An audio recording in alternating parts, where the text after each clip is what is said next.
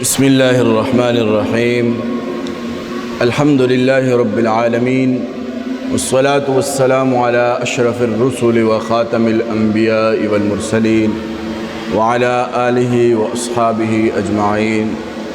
اما بعد فاعوذ باللہ من الشیطان الرجیم بسم اللہ الرحمن الرحیم قل یا عبادی الذین اسرفوا علی انفسهم لا تقنطوا من رحمت اللہ وقال اللہ تبارک وتعالی یا ایہا الذین آمنوا توبوا الی اللہ توبة نصوحا صدق اللہ العظیم اللہم صلی علی سیدنا و مولانا محمد وعلی آل سیدنا و مولانا محمد وبارک وسلم وصلی علیہ۔ محترم مکرم معتکفین حضرات، ہماری یہ نشست اس وقت درس حدیث کے حوالے سے ہے، جس میں کہ جناب نبی کریم صلی اللہ علیہ وسلم کے فرامین میں سے کچھ فرامین آپ حضرات کے سامنے پیش کرنے ہیں۔ موضوع کے اعتبار سے چونکہ آپ حضرات اللہ کے مہمان ہیں، اللہ کے گھر میں تشریف لائے ہیں، اور عام طور پر اعتکاف کرنے والا بندہ یہ نیت کر کے آتا ہے کہ میں نے اپنے باقی 11 مہینے سال کے ایسی کیفیت میں گزارے ہیں کہ میرا دل یہ کہتا ہے کہ کہیں میرا رب مجھ سے ناراض نہ ہو گیا ہو، اس وجہ سے میں جاؤں گا، اللہ کے گھر میں جاؤں گا، اس کے در پہ جا کے بیٹھ جاؤں گا اور اس کو مناؤں گا اور اپنی سابقہ زندگی پر توبہ کروں گا اور اس کو راضی کر کے واپس آؤں گا۔ عام طور پر لوگ یہی والا تاثر لے کر اعتکاف کے لیے تشریف لاتے ہیں، تو اسی مناسبت سے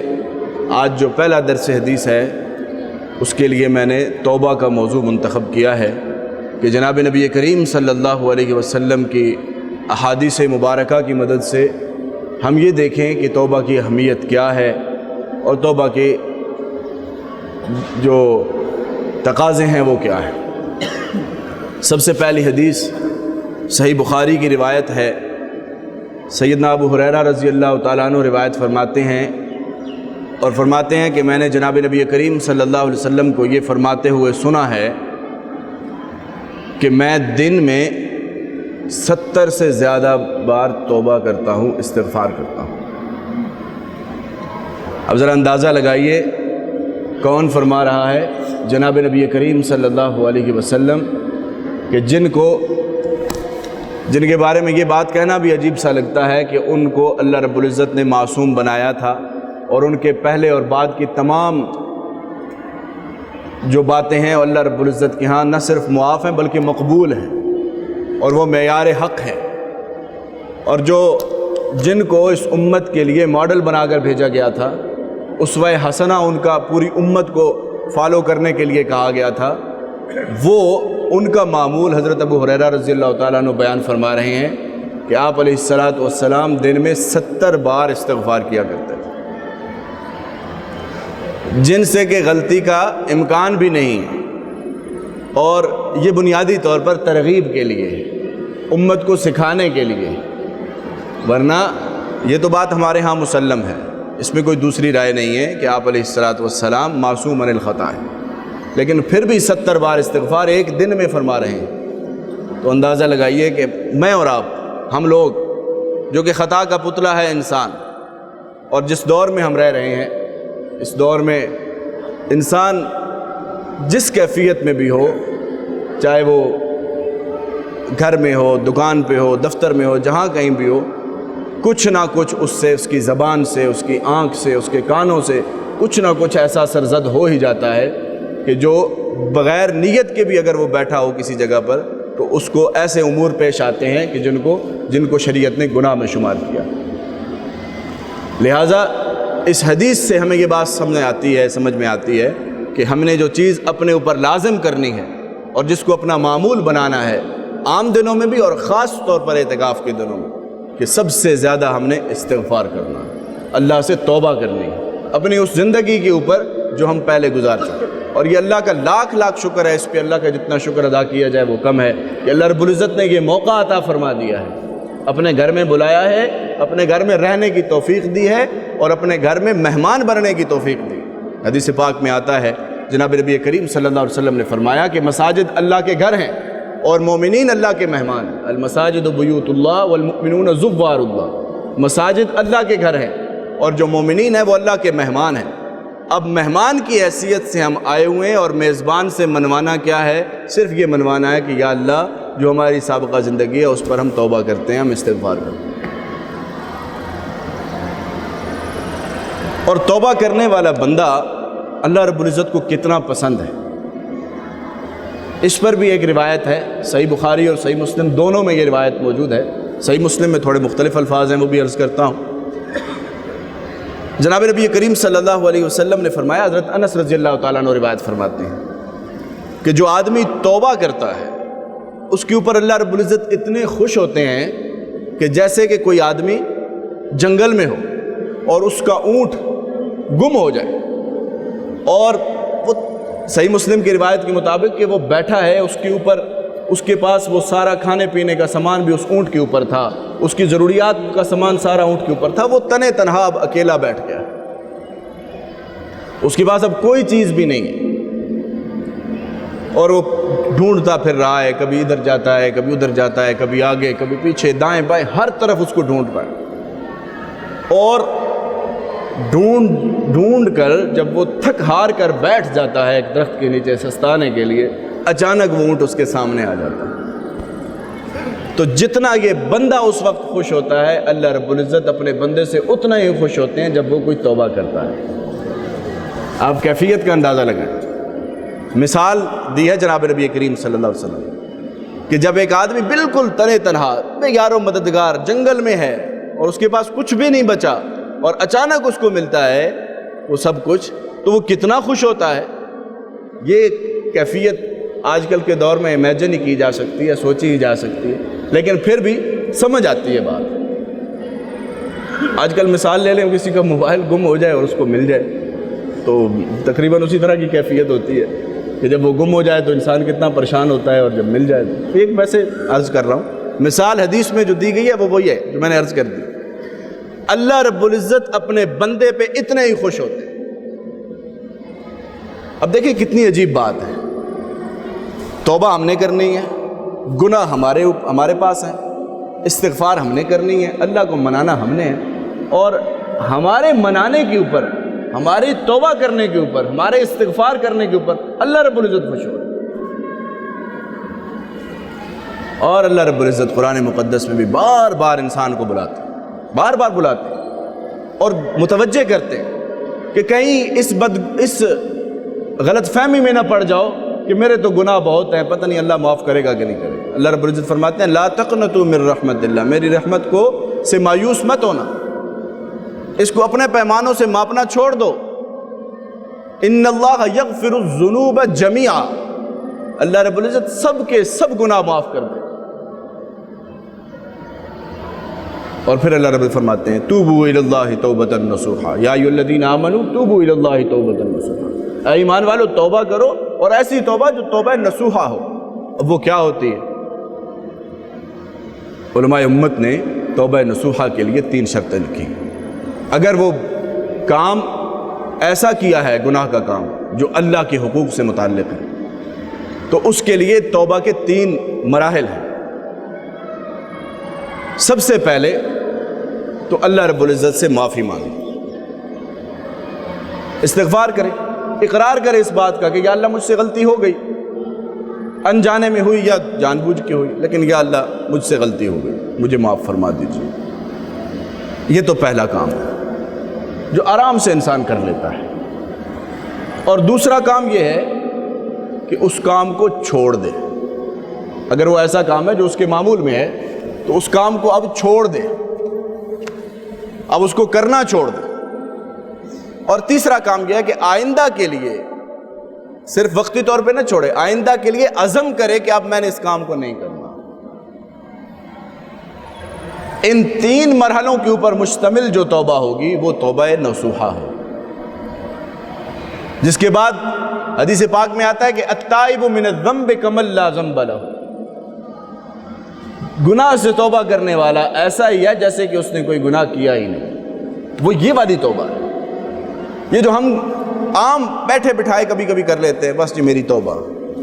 بس ہم توبہ کرتے ہیں، یہ وہ توبہ نہیں ہے۔ ٹھیک ہے، ایک اچھا ٹرینڈ اس کو کہا جا سکتا ہے کہ چلو انسان سے غلطی ہوتی ہے تو کوئی اس کو احساس ہو جاتا ہے، لیکن اس کو حتمی شکل نہیں سمجھی جانی چاہیے۔ ہاں، اس کو ایک اچھا شگون سمجھنا چاہیے کہ انسان کو کم از کم احساس تو ہو گیا کہ مجھ سے غلطی ہو، لیکن اس کو آپٹیمم حل سمجھے کہ بس اب میں بخشایا گیا، نہ ایسے نہیں۔ اس کے لیے یہ 3 مرحلے، اور اگر وہ کام بندوں کے حقوق سے متعلق ہے، انسانوں کے حقوق سے متعلق ہے، کسی کی حق تلفی کی ہے، کسی کو گالی دی ہے، کسی کے ساتھ بد کلامی کی ہے، فحش گوئی کی ہے، کسی کی غیبت کی ہے، کسی کی چغلی کی ہے، یا کسی کا بھی حق مارا ہے زبانی یا مالی اعتبار سے یا عملی اعتبار سے، کسی بھی طور پر اس کے ساتھ زیادتی کی ہے، تو اس صورت میں یہ 3 کام تو کرنے ہی کرنے ہیں۔ ایک اور کام بھی کرنا ہے، اور وہ یہ ہے کہ اس بندے سے جا کے معافی مانگنی ہے، کیونکہ یہ بندے کا حق ہے اور اختیار اسی کے پاس ہے اس کو معاف کرنے کا۔ لہٰذا اس بندے کے پاس جانا ہے، اس سے معذرت کرنی ہے، اس سے اس کا اپنا جو اس کا حق مارا ہے اس حق کے اوپر اس سے معاف کروانا، اور اس کے بعد یہ توبہ نصوحہ ہو۔ پھر ایک اور چیز، چونکہ میں نے عرض کیا تھا کہ توبہ کے تقاضے بھی آج کے درس میں ہم ذکر کریں گے۔ عام طور پر یہ سمجھا جاتا ہے کہ بس توبہ کر لی، اللہ سے معافی مانگ لی، بس ہمارے معاملات سیدھے ہو گئے۔ نہیں، اور پھر ایک تاثر یہ ہے کہ جی احادیث میں جو فضائل ملتے ہیں کہ یہ کام کر لو تو گناہ، اتنے سالوں کے گناہ معاف ہو جاتے ہیں، یہ کر لو تو یہ ہو جاتا ہے، اتنے گناہ معاف ہو جاتے ہیں، صبح سے شام تک کے گناہ معاف ہو جاتے ہیں، ایک جمعے سے دوسرے جمعے کے درمیان جو گناہ ہے وہ معاف ہو جاتے ہیں، یہ سورت پڑھو تو یہ سارے فضائل جو ہے عام طور پر غلط فہمی یہ پائی جاتی ہے کہ یہ ہم نے چونکہ وہ عمل کر لیا ہے لہٰذا وہ سارے گناہ ہمارے معاف ہو۔ یاد رکھیے گا، اس میں اگر گناہ معاف ہوتے ہیں تو ایک تو صرف اللہ کے حقوق معاف ہوتے ہیں، اور دوسرا صغیرہ گناہ معاف ہوتے ہیں۔ جو بڑے گناہ ہے نا، کبیرہ گناہ، وہ توبہ کے بغیر معاف نہیں ہوتے، اس کے لیے توبہ ضروری ہے، استغفار ضروری ہے، اور اللہ رب العزت معاف کرنے کے لیے نہ صرف تیار ہیں بلکہ بلا رہے ہیں۔ اللہ رب العزت خود بلا رہے ہیں کہ آؤ، اور اللہ رب العزت اس انسان کو جو اللہ سے دور بھاگ رہا ہے، بجائے اس کے کہ اللہ کے در پہ آ کے مغفرت طلب کرے، استغفار کرے اور اپنے گناہوں کے اوپر پچھتائے، وہ سرکشی کی زندگی اختیار کرتا چلا جا رہا ہے۔ اللہ رب العزت اس کو بھی متوجہ کرتے ہیں، فرماتے ہیں یا ایھا الانسان ما غرک بربک الکریم، کس چیز نے تجھے تیرے رب سے دھوکے میں رکھا ہے؟ یعنی یہ بڑے پیار کا انداز ہے، اللہ رب العزت کا بڑا پیار والا انداز ہے کہ ربک الکریم، تیرے رب، وہ کون سا رب؟ الذی خلقک فسواک فعدلک، جس نے تمہیں پیدا کیا، تمہاری ایک خاص شکل بنائی، فی ای صورت ما شاء رکبک، ایک خاص حیت، خوبصورت شکل میں تمہیں مرکب کیا، بنا دیا۔ اس رب سے تمہیں کس چیز نے دھوکے میں رکھا؟ یہ ساری چیزیں اللہ نے بن مانگے عطا فرما دی، اچھی صورت عطا فرمائی، زبان عطا فرمائی، ناک، کان، آنکھیں اور ہاتھ پاؤں، یہ اللہ کی اتنی نعمتیں ہیں، اتنی نعمتیں ہیں کہ جن کا شمار نہیں، یہ بے شمار نعمتیں اللہ نے بن مانگے عطا فرمائی۔ تو جب ہم آئیں گے اور اللہ سے مانگیں گے، جو کچھ بغیر مانگے اتنا کچھ دینے والی ذات ہے، اس سے اگر مانگا جائے گا تو وہ کیا کچھ دے گا؟ اندازہ لگانے والی بات ہے۔ جب ایک آدمی آتا ہے اور اس ذات سے مانگتا ہے جس نے بن مانگے اس کو اتنا کچھ دیا ہوا، اور مانگتا کیا ہے؟ یا اللہ تیرے در پہ واپس آ گیا ہوں، بھولا تھا، بھٹکا تھا، غلطی ہوئی تھی، کوتاہی ہوئی تھی، پچھتا گیا ہوں، آ گیا ہوں تیرے در پہ واپس، اور کر کیا رہا ہوں؟ استغفار کر رہا ہوں، مانگ کیا رہا ہوں؟ یا اللہ مغفرت مانگ رہا ہوں، تجھے تیری رحمت کا واسطہ مجھے معاف کر۔ اور یقین فرمائیے کہ یہ تو ایک عام آدمی ہے نا، عام دنوں میں کسی بھی وقت یہ کام کرے تو اللہ اس کو معاف کرے۔ اب ذرا اپنے اوپر اس بات کو لے کے آئیے۔ رمضان المبارک کا مہینہ خصوصی طور پہ رحمت کا مہینہ ہے، اللہ کی طرف سے عطا کا مہینہ ہے اور مغفرت کا مہینہ ہے۔ پھر اس میں آخری 10 دن جو آخری عشرہ ہے، وہ خاص طور پہ فضیلت والا عشرہ ہے،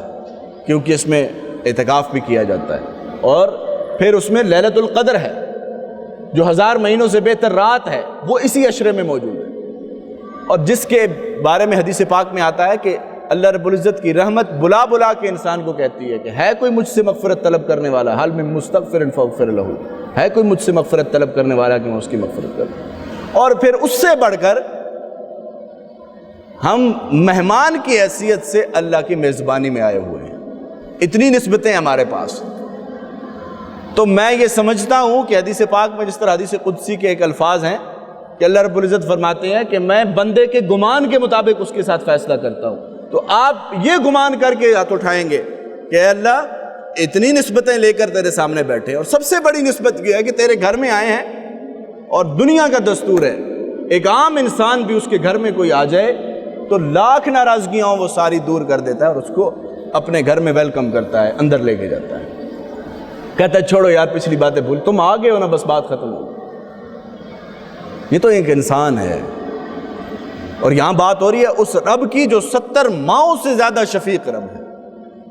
انسان کے ساتھ رب کی محبت 70 ماؤں سے بھی زیادہ ہے۔ ایک ماں کی محبت کتنی ہے؟ پھر 70 گنا اس کو بڑھا لیں ذرا۔ انسان دنیا میں اگر انسانوں کے اندر معاملہ ہو تو سب سے آسان اگر منانا ہے تو اپنی ماں کو منانا ہے، سب سے آسان، تجربے کی بات ہے، مشاہدے کی بات ہے۔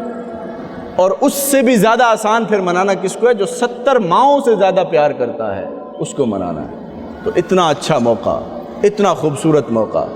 اتنا اچھا چانس مل چکا ہے، اللہ رب العزت آپ کو مبارک کرے گا چانس، یقین کریں یہ مبارک والی بات ہے، آپ مبارکباد کے مستحق ہیں آپ حضرات سب۔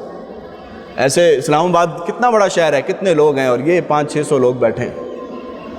اپنی مساجد میں لوگ بیٹھے ہوں گے، لیکن وہ بھی آپ ذرا اس کی ریشو دیکھیں پاپولیشن کے ساتھ، تو یہ اللہ کا خاص انتخاب ہے، اور اس انتخاب سے ہم نے فائدہ کیا اٹھانا ہے کہ اللہ کو راضی کر کے جانا، اللہ سے مغفرت طلب کر کے جانی۔ حدیث پاک میں آتا ہے کہ جس آدمی نے سورج کے مغرب سے طلوع ہونے سے پہلے پہلے توبہ کر لی، اس کی توبہ قبول ہے۔ کتنا بڑا ٹائم ہے، لیکن یہ اس کے لیے بڑا ٹائم ہے جس کو یہ یقین ہو کہ اس کی زندگی اتنی ہے، ورنہ سانس کی کوئی اعتبار نہیں، کسی بھی وقت انسان کا بلاوا آ سکتا ہے۔ تو اس کے لیے تو وہی وقت وہ والا آ جاتا ہے کہ جب مغرب سے سورج طلوع ہوتا ہے، اس کی قیامت تو وہیں سے شروع ہو جاتی ہے۔ اس لیے کہتے ہیں کہ جب تک سانس ہے تو چانس ہے انسان کے پاس، سانس رک گیا چانس ختم ہو گیا۔ اور آخری وقت کی توبہ تو ویسے بھی قبول نہیں ہوتی، آخری وقت انسان، وہ تو فرعون نے بھی توبہ کر لی تھی۔ توبہ کس وقت قبول ہوتی ہے؟ جب انسان کو اللہ رب العزت نے ساری نعمتیں دی ہیں اور وہ اپنے آپ کو اللہ کے سامنے پیش کرتا ہے، سرنڈر کر دیتا ہے۔ آج آپ احباب نے اللہ کے سامنے اپنے آپ کو سرنڈر کر دیا، اپنے بیوی کو، اپنے بچوں کو، اپنے کاروبار کو، اپنے گھر بار کو، سب چیزوں کو چھوڑ کے آپ اللہ کے در پہ آئے، اللہ کے مہمان بن کے آئے۔ اس موقع سے فائدہ اٹھائیے اور یہ ہدف مقرر کیجیے، اور دعائیں بھی کریں، ضرور کریں، یہ تو مانگنے کا وقت ہے، بہار ہے نیکیوں اور اس دعاؤں کی بہار ہے، سیزن لگا ہوا ہے، لیکن منیمم جو ہدف ہم نے مقرر کرنا ہے، کم از کم جو ہمارا مقصد اس سے یہ ہونا چاہیے کہ ہم جب یہاں سے اٹھیں تو ایسے اٹھیں کہ گناہوں سے پاک ہو کر جائیں۔ جیسے کہ اللہ رب العزت نے ہمیں دنیا میں بھیجا تھا، ماؤں کے پیٹوں سے ہم جب باہر آئے تھے تو اس وقت جو ہماری کیفیت تھی، اس طریقے سے ہم گناہوں سے پاک ہو کر جائیں، یہ ہمارا ہدف ہونا چاہیے۔ اب دیکھیں نا، انسان کو اپنی زندگی کے بارے میں زیادہ بہتر پتہ ہوتا ہے۔ اب اللہ رب العزت نے تو مان جانا ہے، انسان مانگے تو صحیح نا، اللہ نے تو مان جانا ہے، لیکن اللہ کتنا خوش ہوگا جب ایک آدمی عاجزی کے ساتھ مانگے اور مانگتے ہوئے اپنی یہ کیفیت پیدا کرے کہ اپنے گناہوں کو یاد کر کے ان پر پچھتاتے ہوئے اللہ کے سامنے رونا شروع کرے۔ یہ اللہ کو ادا بڑی پسند ہے۔ ایک حدیث پاک میں آتا ہے کہ اللہ رب العزت کو اپنے بندے کی طرف سے جو 3 چیزیں محبوب ہیں ان میں سے ایک ہے کہ البکاء عند الندامہ، جب ندامت کا آنسو انسان بہاتا ہے اللہ رب العزت کو انسان پہ بڑا پیار آتا ہے، اور وہ وقت ہوتا ہے جب اللہ رب العزت فرشتوں کی مجلس میں انسان کا ذکر کرتے ہیں اور فرماتے ہیں کہ یہ وہ میرا بندہ ہے جس کے بارے میں تم نے یہ اعتراض کیا تھا کہ یسفک الدماء، یہ خون بہائے گا، یہ دیکھو غلطیاں اس سے ہوئی ہیں لیکن لوٹا ہے تو کس کے در پہ؟ میرے پاس ہی آیا۔ تو اللہ رب العزت کو یہ ادا بڑی پسند ہے۔ اب پھر یہ ہے کہ جب انسان کو اپنی زندگی کو یاد کرتا ہے، ریکال کرتا ہے، اپنے پچھلے سال کو یاد کرتا ہے، اس میں یہ غلطی ہوئی، یہ غلطی ہوئی، پھر اس گمان میں، اس کیفیت میں، اس سوچ میں اللہ کے سامنے ہاتھ اٹھائے ہوئے ہیں، ہاتھوں کی طرف دیکھتا ہے وہ بھی گناہ گار ہیں، زبان کے بارے میں سوچتا ہے وہ بھی گناہ گار ہے، آنکھیں بھی گناہ گار ہیں، کان بھی گناہ گار ہے، سارا جسم سراپا گناہ بن کے آگے بیٹھا ہوا ہے، لیکن پھر ایک امید کی کرن نظر آتی ہے، اور وہ کیا ہے کہ ان اللہ یغفر الذنوب جميعا، جو پھر میں نے آج پڑھی، لا تقنطوا من رحمت اللہ، اللہ کی رحمت سے مایوس نہیں ہونا، نا امید نہیں ہونا، ان اللہ یغفر الذنوب جميعا، ساری زندگی کے گناہ لے کے آ جاؤ، ساری زندگی کے گناہ لے کے آ جاؤ، اور آ کر اللہ رب العزت کے سامنے دو آنسو بہا دو۔ اللہ کو دو قطرے بڑے پسند ہیں، ایک وہ جو شہید کا خون جب گرتا ہے تو اس کا پہلا قطرہ زمین پہ جب گرتا ہے اللہ کی راہ میں تو وہ قطرہ گرنے سے پہلے اللہ اس کی ساری زندگی کے گناہ معاف فرما دیتا ہے۔ دوسرا یہ مومن کی آنکھ سے ندامت کے وقت اللہ کے حضور گڑ گڑاتے ہوئے، روتے ہوئے، اپنے گناہوں کو اوپر پچھتاتے ہوئے، ان کے اوپر نادم ہوتے ہوئے اس کی آنکھوں سے جو آنسو آتا ہے، جو قطرہ گرتا ہے، یہ اللہ رب العزت کو بڑا محبوب ہے۔ اچھا، بعض لوگ یہ بات کرتے ہیں کہ جی ہم دعا کرتے ہیں لیکن رونا نہیں آتا، تو بھائی انسان کے ذمہ تو کوشش ہے نا، اگر رونا نہیں آتا تو رونے والی شکل بنا لو، بس کوشش یہ کرنی ہے کہ اللہ کو کسی طریقے سے ہم پر رحم آ جائے، اللہ کو ہم پہ پیار آ جائے، اللہ کا رحم، اللہ کا پیار حاصل کرنا ہے، اس کے لیے کوئی بھی کیفیت بنائی جا سکتی۔ کسی سے کام ہو نا دنیا میں، بندہ پیغامات بھیجتا ہے، خطوط لکھتا ہے، میسج کرتا ہے، کالیں کرتا ہے، بندے بھیجتا ہے، نہ ہو پھر خود چلا جاتا ہے، پھر بھی بات نہ بنے تو پھر دروازہ بند کر کے کہتا ہے یار کیا چاہتے ہو، ہاتھ باندھوں آپ کے سامنے، لجاجت والا انداز اختیار کرتا ہے، آہستہ آہستہ بات کرتا ہے، ادب کا خیال رکھتے ہوئے بات کرتا ہے، اور پھر اس کی تعریفیں کرتا ہے۔ تو دعا کا ایک ادب یہ بھی بتاتا چلوں، اب آ گئی ہے بات تو، کہ دعا جب شروع کرنی ہے تو سب سے پہلے تو کوشش فرمائیں کہ درود شریف پڑھ لیں، دعا سے کہ شروع میں درود شریف، یہ وہ عبادت ہے کہ جو اللہ رب العزت کسی صورت میں بھی انسان کی رد نہیں فرماتا۔ پھر اس کے بعد اللہ رب العزت کی صفات جتنی یاد ہیں، ضروری نہیں عربی میں، جو آپ کی زبان ہے، جو ہماری زبان ہے اسی زبان میں، پنجابی، پشتو، سرائکی، ہندکو، فارسی، جو بھی زبان ہے اس زبان میں اللہ کی تعریفیں کرنی۔ دیکھیں سورہ فاتحہ ہے نا، اس میں اللہ رب العزت نے دعا کرنے کا طریقہ ہی سکھایا ہے۔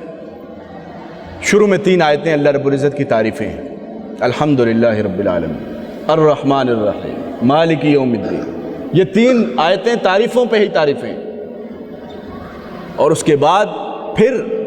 ایاک نعبد و ایاک نستعین، پھر اس بات کا یقین دلانا ہے، یہ بات دل سے بھی کہنی اور زبان سے بھی، کہ یا اللہ تیرے علاوہ کسی کی عبادت میں نہیں کرتا۔ دیکھیں یہ ایک بہت بڑی بات ہے جو اللہ کو بہت زیادہ پسند ہے، اس کا جب بھی آپ اللہ کو واسطہ دیں گے نا، اللہ نے خود سکھایا ہے دعا کرنے سے پہلے کہ مجھے یہ بات کہا کرو کہ ہم تیری ہی عبادت کرتے ہیں اور تجھ ہی سے مدد مانگتے ہیں۔ اللہ کو یہ سب سے زیادہ ادا اگر انسان کی طرف سے پسند ہے تو وہ یہی ہے کہ انسان اللہ کے ساتھ کسی کو شریک نہ کرے، عبادت میں بھی اور استعانت میں بھی۔ عبادت میں بھی اگر عزم کرے اور ارادہ کرے تو کس کا کرے کہ یا اللہ تیری ہی عبادت کرتے ہیں، وَإِيَّاكَ نَسْتَعِينُ، اور تجھ ہی سے مدد مانگتے ہیں، نہ تیرے علاوہ کسی کی عبادت کرتے ہیں، نہ کریں گے، نہ تیرے علاوہ کسی سے آج تک مدد مانگی ہے، نہ مانگیں گے۔ یہ معاہدے کرنے کے بعد پھر دعا ہوتی ہے کہ اہدنا الصراط المستقیم، یا اللہ ہمیں سیدھا راستہ دے۔ یہی چیز ہم نے میپ کرنی ہے، ریپلیکیٹ کرنی ہے اپنی دعاؤں میں۔ کیسے؟ پہلے درود شریف پڑھ لیا، اس کے بعد آپ اللہ کی تعریفیں کریں جتنی ہو سکتی ہیں، یا اللہ تو خالق، تو مالک، تو قادر، تو رحیم، تو غفور، اور ساری وہ صفات جتنی یاد ہیں۔ اور پھر اپنی بے بسی کا اظہار کرنا ہے اور اس بات کا ذکر کرنا ہے کہ یا اللہ ہم تیرے ہی در پہ آئے ہیں، تجھی سے مانگنے آئے ہیں، اور اس کے بعد پھر دعائیں کرنا۔ اور یاد رکھیے گا اتفاق میں آتا ہے کہ اگر ایک آدمی اپنے کسی غیر موجود جو غائب دوست ہے اس کا یا کسی بھی ایسے بندے کے لیے دعا کرتا ہے جو اس کے پاس موجود نہیں ہے، تو یہ سب سے جلدی قبول ہونے والی دعا ہوتی ہے۔ تو اپنی دعاؤں میں صرف اپنی ذات کے لیے نہیں، دوسروں کو بھی شریک کریں۔ اس کا نتیجہ کیا ہوگا کہ سب سے پہلے وہ چیز انسان کو خود ملتی ہے، پھر دوسروں کو بھی۔ اس لیے اپنے استغفار کے ساتھ ساتھ، اپنی توبہ کے ساتھ ساتھ، اپنے اعمال کے اوپر جو گناہ ہیں انسان سے سرزد ہوئے ہیں ان پر استغفار کے ساتھ ساتھ پھر دیگر جو دعائیں ہیں اس میں اپنے دوستوں کے لیے، احباب کے لیے، رشتہ داروں کے لیے، والدین کے لیے تو دعا خود قرآن نے سکھائی، اپنی اولاد کے لیے، اپنے بچوں کے لیے، اپنے اساتذہ کے لیے، اپنے شاگردوں کے لیے، اپنے تعلق دار جتنے بھی لوگ ہیں ان سب کے لیے، اور پھر اپنے ملک کے لیے۔ جو بھی حالات ہیں ان حالات کے اندر، ملک کے اندر جو بھی پریشانی ہے، معاشی پریشانی ہے، سیاسی پریشانی ہے، دفاعی حوالے سے پریشانی ہے، ان تمام معاملات میں اپنے ملک کے لیے دعا کرنی ہے، اور پھر پوری امت مسلمہ کے لیے دعا کرنی ہے۔ پوری امت مسلمہ، اور خاص طور پر جب ہم افطار کرتے ہیں، سحری کرتے ہیں، وہ قبولیت کے اوقات ہوتے ہیں، ان اوقات میں جب وہ دیکھتا ہے انسان کی اتنی نعمتیں اللہ کی میرے سامنے پڑی ہیں، میرے کتنے مسلمان بھائی اس وقت اسی کرۂ ارض پہ موجود ہیں جن کو ایک پانی کا گھونٹ بھی بڑی مشکل سے مل رہا ہے، ایک آدھ کھجور بھی بڑی مشکل سے مل رہی ہے۔ اس وقت اس کیفیت کو ریئلائز کرنا اور پھر ان کے لیے دعا کرنا، جہاں بھی مسلمان مظلوم ہے، یہ ہماری پوری امت مسلمہ ہی اس وقت پریشانی کی حالت میں ہے، بحیثیت عمومی تو پوری امت کا ہی حال ہے، لیکن جہاں پر خاص طور پر پریشانی کے حالات ہیں ان مسلمانوں کو دعاؤں میں یاد رکھنا۔ یہ ہم اور کچھ نہیں کر سکتے ان کے لیے، جو صورتحال ہے اس وقت دنیا کی، ہم نہ وہاں جا سکتے ہیں، نہ کوئی دفاعی حوالے سے ان کی مدد کر سکتے ہیں، نہ کوئی مالی طور پر ان تک کوئی چیز پہنچا سکتے ہیں، تو کم از کم یہ وہ راستہ ہے جس کے ذریعے ہم ان تک پہنچ سکتے ہیں۔ ہم نہیں پہنچ سکتے، ہمارا رب تو پہنچ سکتا ہے۔ تو ہم نے صرف اپنا کفایہ اس انداز سے ادا کرنا ہے کہ یا اللہ ہمارے ان بھائیوں کی بھی خیر فرما، ان کی بھی مدد فرما جو پریشانی کی حالت میں۔ تو عرض میں یہ کر رہا تھا کہ یہ جو ایام ہیں ان ایام کو ہم نے قیمتی بنانا ہے۔ ایک ایک لمحہ، ویسے تو زندگی کا ہر ایک ایک لمحہ قیمتی ہے اور اس کے بارے میں سوال ہوگا، لیکن یہ ایک انسان اپنا سب کچھ جب چھوڑ چھاڑ کے آیا ہے اور اللہ کے در پہ آ کے بیٹھا ہے، تو اب شیطان خوش ہوگا اس بات سے۔ انسان کا نفس جس کیفیت سے اس کی تربیت 11 مہینے ہوتی ہے، وہ اس پہ خوش ہوگا کہ انسان اسی طرح بیٹھا رہے اللہ کے در پر، بلکہ وساوس اور یہ چیزیں دماغ میں اور دل میں خیال آتے رہیں گے کہ کسی طریقے سے بس اب یہ عمل ہو رہا ہے، درس ہو رہا ہے، لیکچر ہو رہا ہے،